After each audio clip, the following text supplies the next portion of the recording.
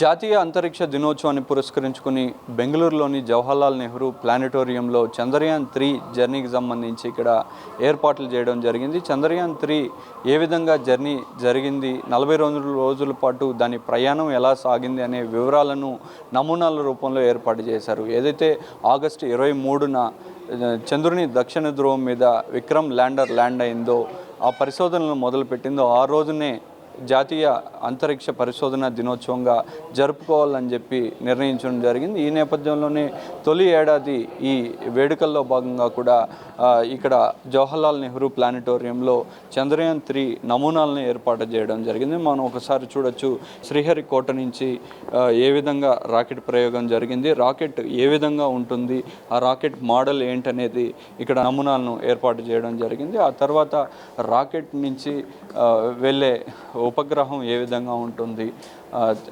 Lander కానీ, Vikram lander కానీ, Pragyan rover కానీ ఏ విధంగా ఉంటుంది అనేది ఇక్కడ ప్రదర్శించడం జరిగింది. ఒకసారి మనం చూడొచ్చు, విక్రమ్ ల్యాండర్ మొత్తం కూడా ఈ ల్యాండర్ ఏ విధంగా ఉంటుంది, సాధారణంగా అందరూ కూడా ఈ ల్యాండర్ ఏ విధంగా ఉంటుందని తెలిసే పరిస్థితి ఉండదు.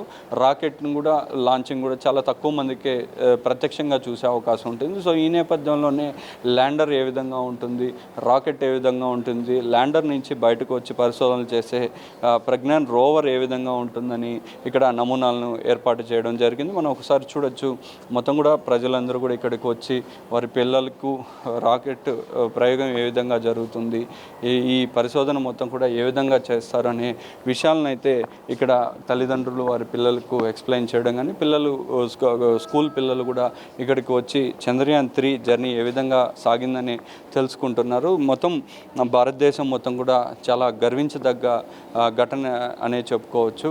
ఈ చంద్రయాన్-3 ప్రయోగంతో మొత్తం అన్ని దేశాలు కూడా ఇస్రో వైపు చూస్తున్న పరిస్థితి ఉంది. భారతదేశం ఒక గర్వించదగ్గ సంఘటన అని చెప్పుకోవచ్చు. సో ఈ నేపథ్యంలోనే చంద్రయాన్-3 జర్నీకి సంబంధించి 42 రోజుల పాటు ఏ విధంగా జరిగింది అనేది ఇక్కడ వివరించే ప్రయత్నం అయితే చేస్తున్నారు.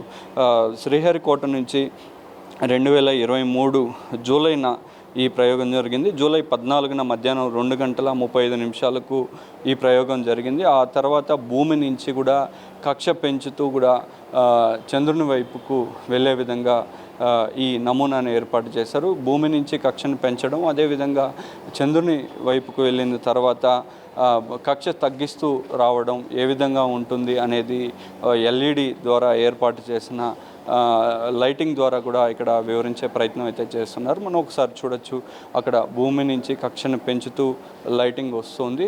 ఆ తర్వాత చంద్రుని వైపుకు వచ్చిన తర్వాత ఆ లైటింగ్ కక్షను తగ్గిస్తూ వస్తున్న పరిస్థితి ఉంది. ఆ తర్వాత ఏదైతే విక్రమ్ ల్యాండర్ చంద్రుని దక్షిణ ధ్రువం మీద ఏ విధంగా ల్యాండ్ అవుతుందనేది కూడా ఇక్కడ చూపెట్టడం జరిగింది. ఎగ్జాక్ట్లీ కూడా 2023 ఆగస్టు 23న సాయంత్రం 6:04 చంద్రుని దక్షిణ ధ్రువం మీద విక్రమ్ ల్యాండర్ ల్యాండ్ అయింది. ఆ తర్వాత ప్రజ్ఞాన్ రోవర్ వచ్చి బయటకు పరిశోధనలు కూడా చేపట్టింది. సో ఈ పరిశోధనలు ఏ విధంగా ఉంటాయి అనేది, పరిశోధనలు ఏవేవి చేసింది, ప్రజ్ఞాన్ రోవర్ ఏ విధంగా పనిచేసిందని కూడా ఇక్కడ ఎల్ఈడి స్క్రీన్లలో కానీ వివరించే ప్రయత్నం అయితే చేస్తున్నారు. సో మొత్తం కూడా భారతదేశం మొత్తం పూర్తిగా కూడా గర్వించదగ్గ, అన్ని దేశాలు ఇస్రో వైపు చూసే విధంగా చేసిన చంద్రయాన్-3 జర్నీకి సంబంధించి కూడా ప్రజలకు ఏ విధంగా జరిగింది అనేది తెలిపే విధంగా కూడా ఇక్కడ నమూనాల రూపంలో ఏర్పాటు చేయడం జరిగింది. కెమెరా పర్సన్ సునీల్తో కలిసి రుత్విక్, ఏవెన్ ఆంధ్రజ్యోతి, బెంగళూరు నుంచి.